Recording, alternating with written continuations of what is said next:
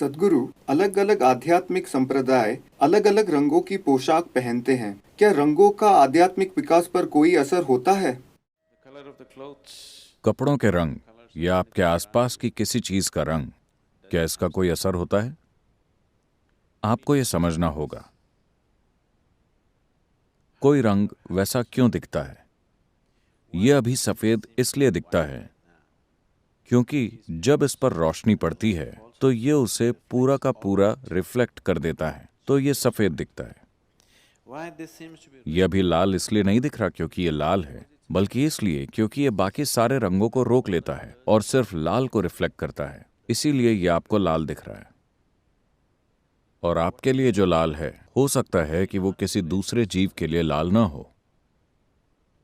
अगर आप बहुत रंगीन कपड़े पहनकर अपने कुत्ते के सामने जाकर खड़े हो जाएं, तो वो आपको बिना किसी इंटरेस्ट से देखेगा, क्योंकि उसे रंग नहीं दिखते।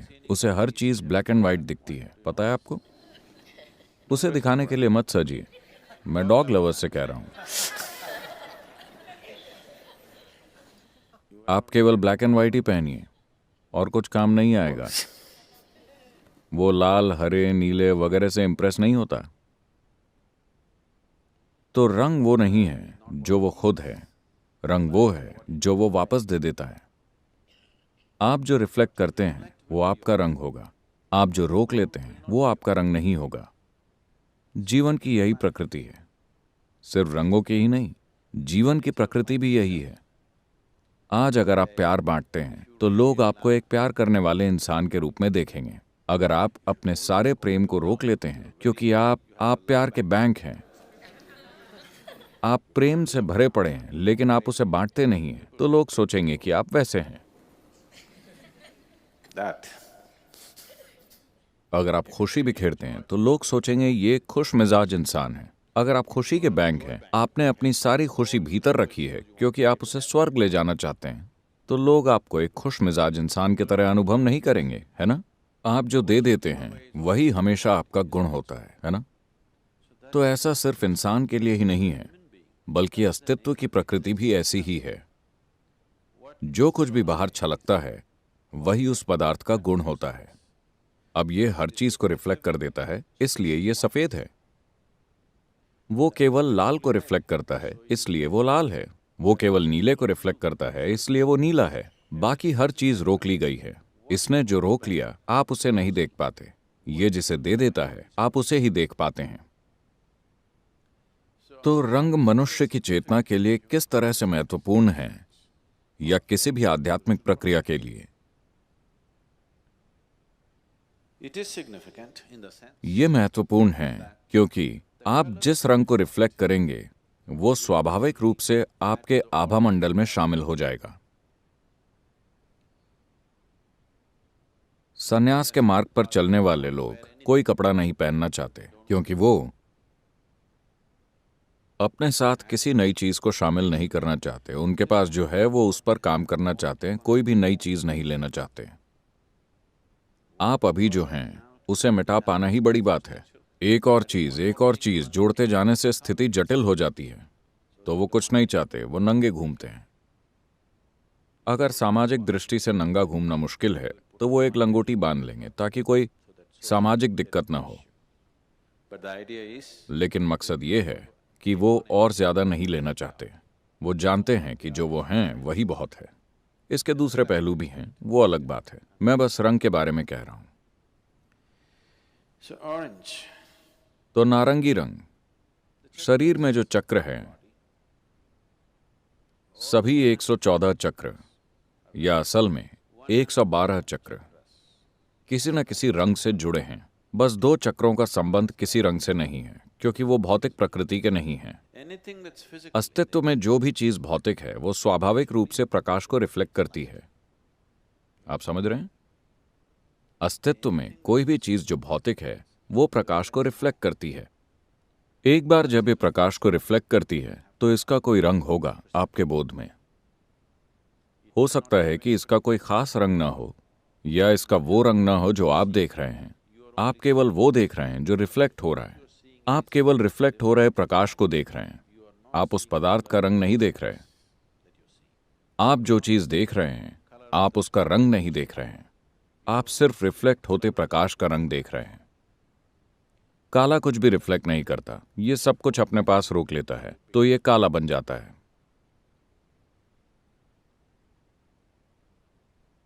आप देखिए, हम कहते हैं कि घास हरी है।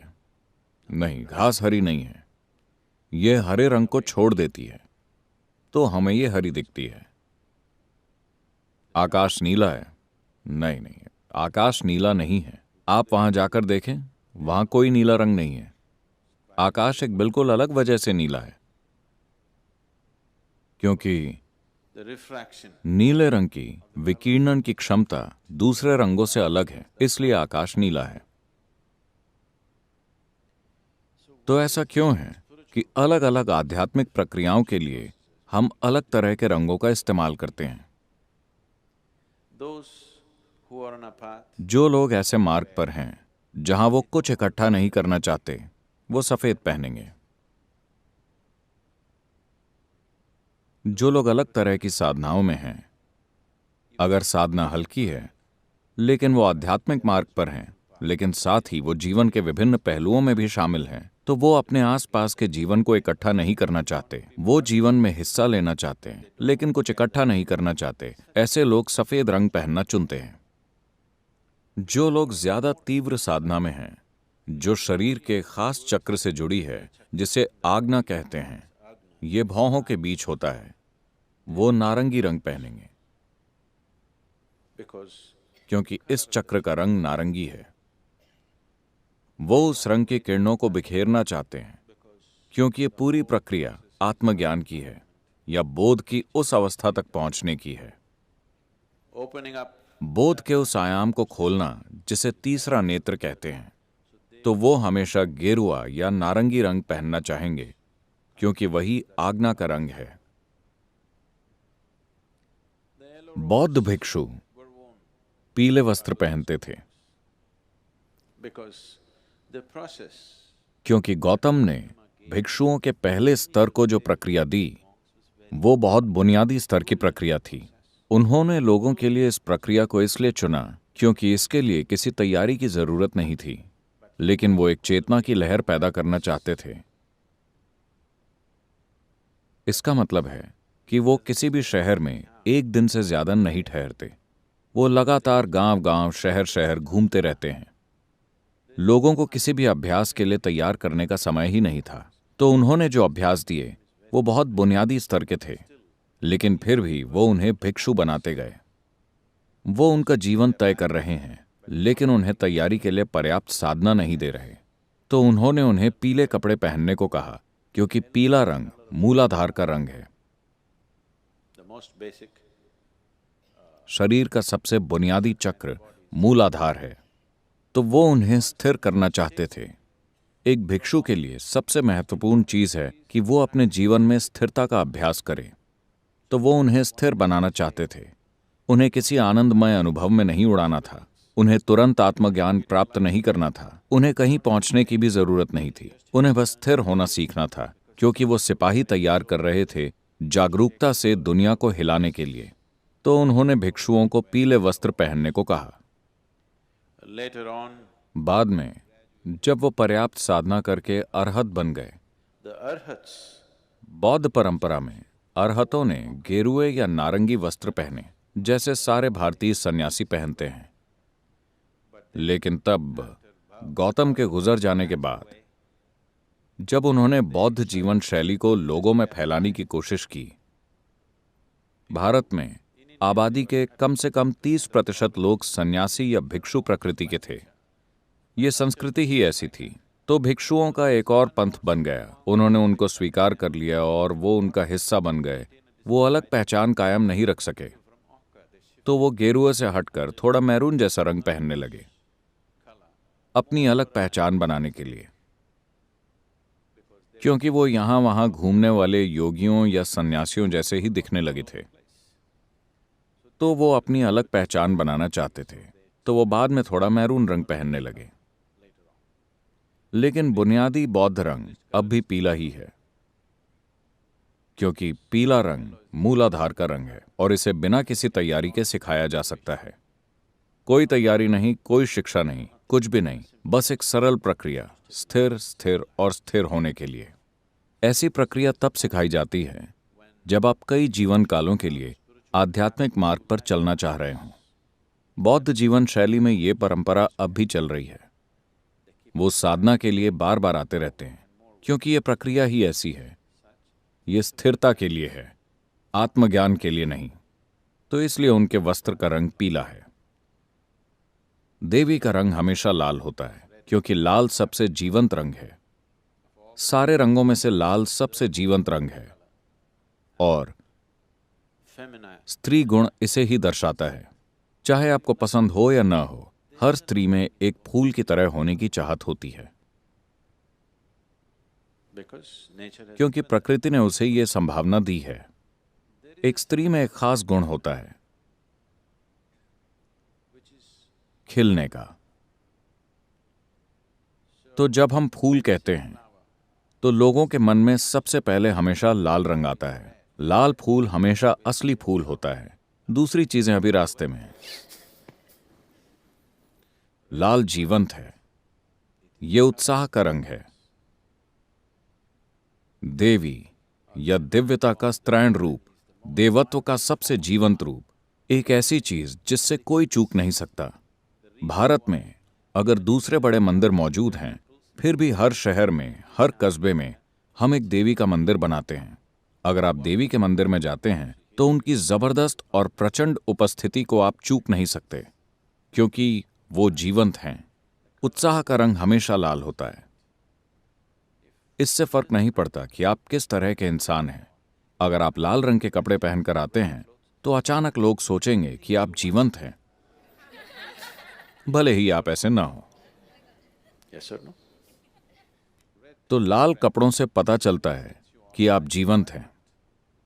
और देवी से संबंधित कुछ खास तरह की साधना करने के लिए लाल रंग की जरूरत होती है। आपके जीवन में सबसे महत्वपूर्ण चीजें आमतौर पर लाल हैं। आपका खून लाल है। अगर ये पर्याप्त लाल नहीं है तो आप कमजोर हो जाते हैं। फूल लाल हैं, The rising sun, उगता हुआ सूरज लगभग लाल हो सकता है।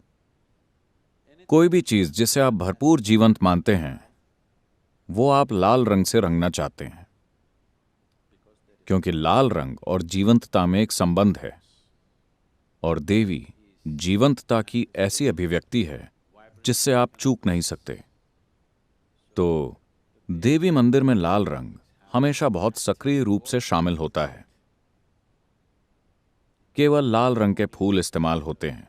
हर तरफ खून फैला होता है। हम खून छिड़कने का काम तो नहीं करते, लेकिन किसी न किसी तरह से यहां पर जीवन को बिखेरने की जरूरत होती है। या तो आपको पता होना चाहिए कि अपने खुद के जीवन को वहां पर कैसे बिखेरें। अगर आपको तकनीक मालूम नहीं है तो आपको बलि देनी होगी। हमें तकनीक मालूम है, इसीलिए हम बलि नहीं देते। दूसरे लोग जो शरीर को बिना काटे जीवन को बिखेरने की तकनीक नहीं जानते, वो बलि देंगे। अधिकतर देवी मंदिरों में हर दिन बलि दी जाती है। so colors, तो रंगों का थोड़ा असर होता है।